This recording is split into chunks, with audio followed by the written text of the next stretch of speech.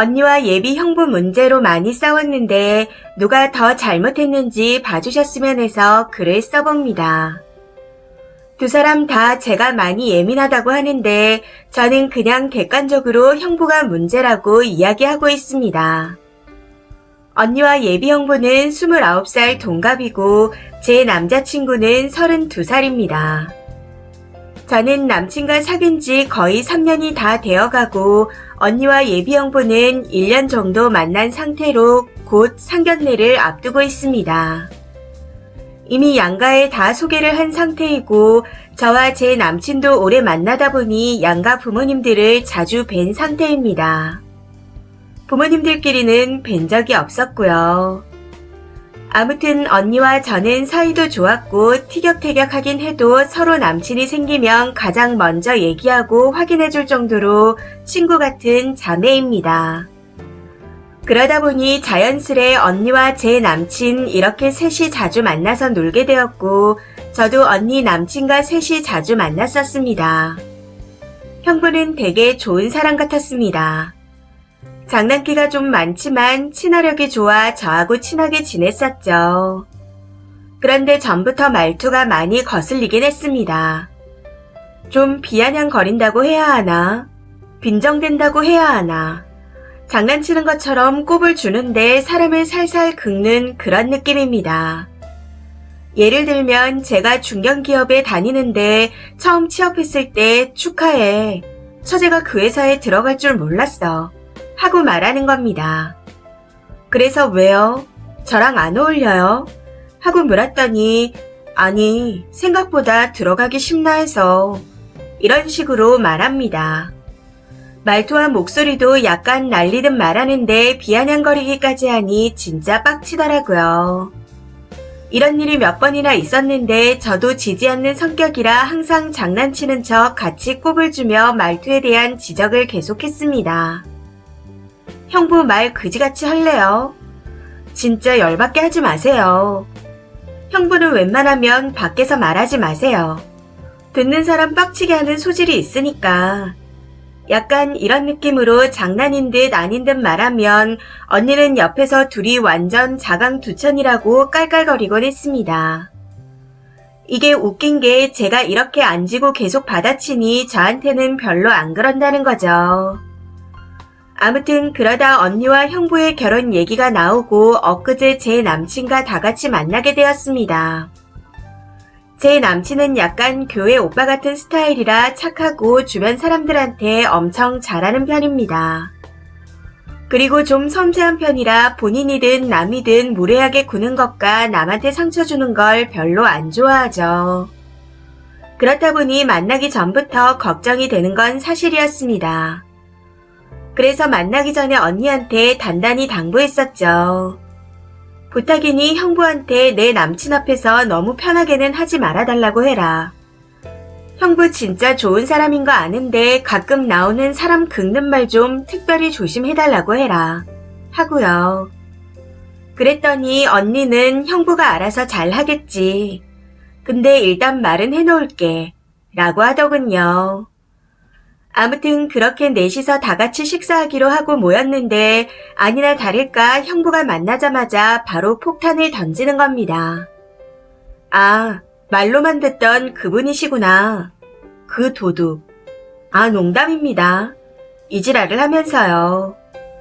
그렇게 조심해달라고 부탁했는데 저러니 저도 솔직히 화가 나더라고요. 그래도 언니가 옆에서 형부한테 눈치를 주기에 우리 오빠 정의로운 도둑이죠 뭐. 형부는 여전히 유쾌하네요. 이 정도만 받아치고 서로 통성명을 했습니다. 그런데 식사를 주문하고 기다리면서 얘기를 나누는데 형부가 자꾸만 제 남친을 살살 긁는 겁니다. 제가 형님이라고 불러야 하나요? 근데 제가 손윗사람 되는 거 아닌가? 에이, 그래도 형님이라 불러드려야지. 형님 잠 받으세요. 아, 형님, 남자가 밑장 깔면 그거 떨어집니다. 남자가 그게 뭐예요? 하면서 계속 꼽주듯 장난을 쳤습니다. 제가 옆에서 계속 받아치긴 했지만 남친이 분위기를 망치기 싫어서 웃으며 받아주니 더 그러더라고요. 그러다 결국 막타를 날리는 겁니다. 형님 거기 연봉이 얼마나 돼요? 형님 늦게 입사하셨어요. 생각보다 아닙니다. 하고요. 거기서 제가 완전히 폭발해버렸습니다. 첫 만남에 연봉을 묻는 것부터 정말 무례한데 자기도 작은 회사에 다니면서 누가 누구한테 연봉이 어떻고 하며 빈정대는지 정말 열받더라고요. 남친도 거기서는 못 참겠는지 표정이 싹 굳었고 언니도 취했냐고 물어볼 정도였습니다. 그렇게 분위기가 싸해지니 실수했네요. 미안합니다. 하고 말하는데 그게 누가 들어도 대충 사과하는 느낌이라서 더 빡쳤습니다. 그래서 제가 참다 터져서 한마디 해버렸네요. 형부 진짜 오지랖 넓다. 처음 본 사람한테 어쩜 이렇게 무례하냐. 여태까지 이렇게 화나도 말 안 했었는데 진짜 그 말투 고쳐라. 그리고 나는 안 져주니 이제 그렇게 말 안 하고 우리 오빠는 져주니 그렇게 말하는 거냐. 남자가 돼서 그렇게 강약 약강으로 구는 거 안 부끄럽냐. 하고 와다다 쏟아내고는 남친을 데리고 나왔습니다.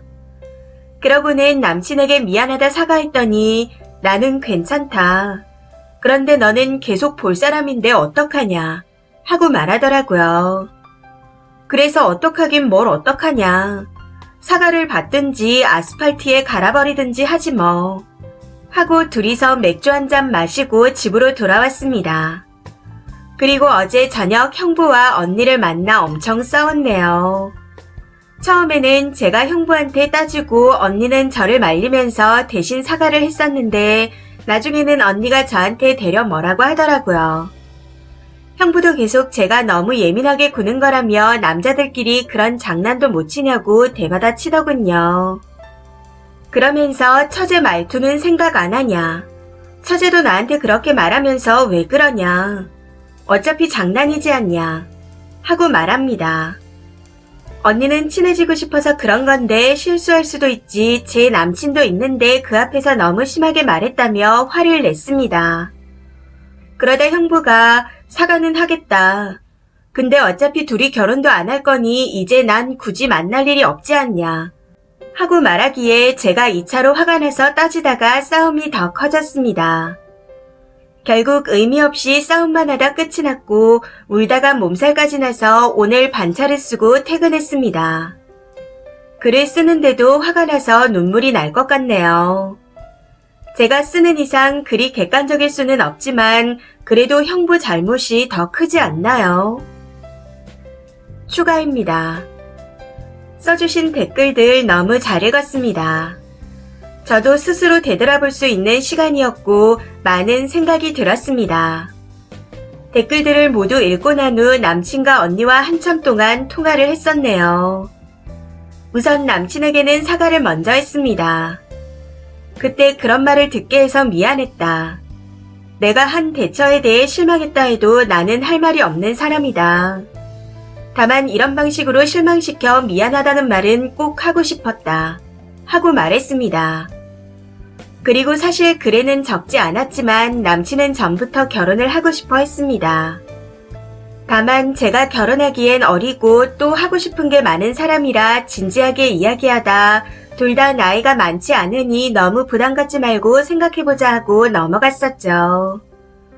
저도 사실 결혼을 한다면 지금 남친 같은 사람과 하고 싶다는 생각을 했지만 아직 조금 이르지 않나 하는 생각도 들었거든요.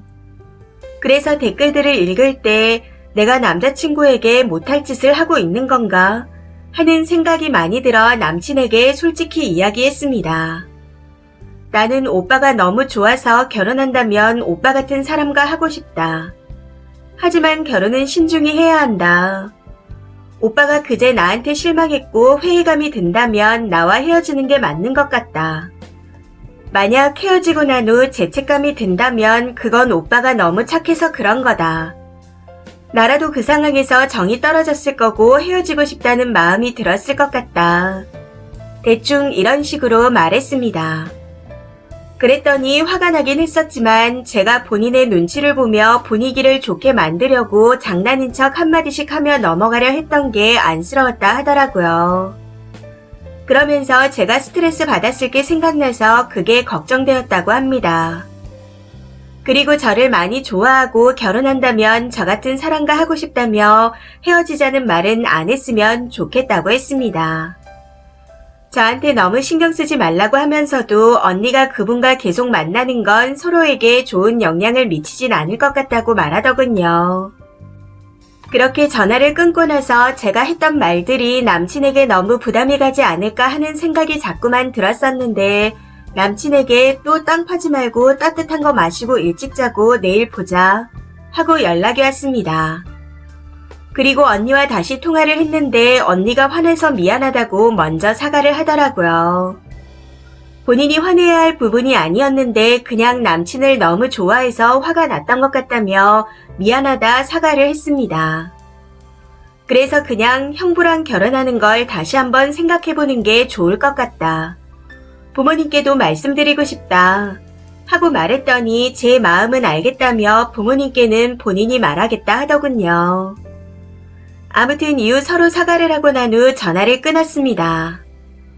여기서 제가 형부가 좋은 사람인 것 같다고 표현한 부분에 대해 말씀드리자면 솔직히 형부가 워낙 저희 가족한테 잘했습니다. 언니가 힘들 때 매일 옆에서 챙겨주고 의지가 많이 되어주었거든요. 그리고 저희 집 김장 때 와서 돕고 부모님 생신 땐 언니 몰래 따로 선물을 사서 챙겨드리기도 하고 제가 취업을 준비할 땐 본인이 썼던 자소서나 면접 질문지를 정리해 놓은 걸 주기도 했었습니다. 아빠가 출장 가실 때마다 엄마 혼자 외로우시다고 따로 저녁에 만나서 데이트도 하고요. 그래서 그냥 짓궂은 말을 좀 하는 사람이지만 사람 자체는 괜찮구나 생각했습니다. 그리고 부모님 앞에서는 말을 조심했었기에 그냥 제가 어리고 편하니까 그렇게 말하는 건가 싶었고요.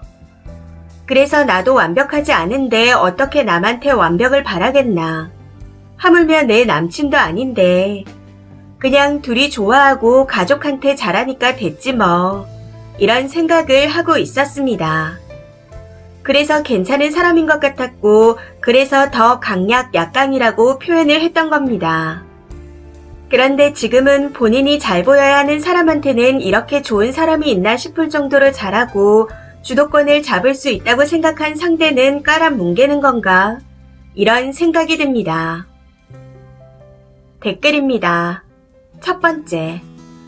농담 같지도 않은 소리를 해서 남 기분을 더럽게 만들어 놓고 지는 농담이라고 하는 놈들이 제일 싫어요.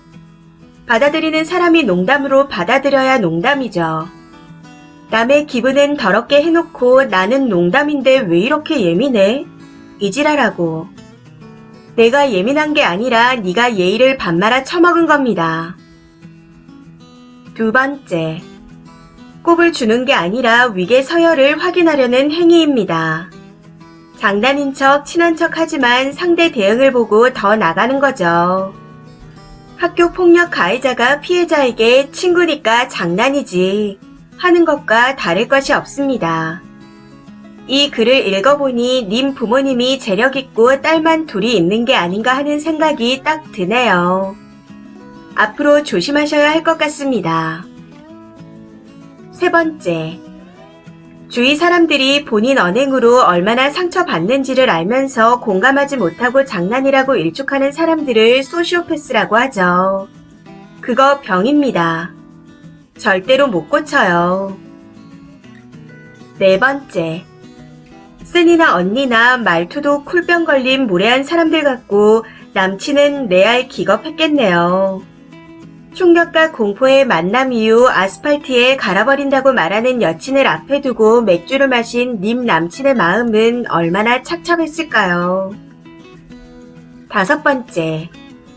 예전 저희 언니 남자친구가 생각나네요. 저도 처음에는 좋은 사람인 줄 알았습니다. 정말로요. 엄마한테도 잘하고 저한테도 잘하고 언니를 사랑하는 것처럼 보여서요. 그런데 자주 보게 되니 제가 편해졌는지 장난을 한두 번 치더니 나중에는 저 패고 싶을 정도로 지나치게 장난을 치더라고요. 결국에는 헤어지긴 했지만 이 글을 보니 다시 생각나서 너무 화가 나네요. 이 사연은 여기까지입니다. 시청해주셔서 감사합니다.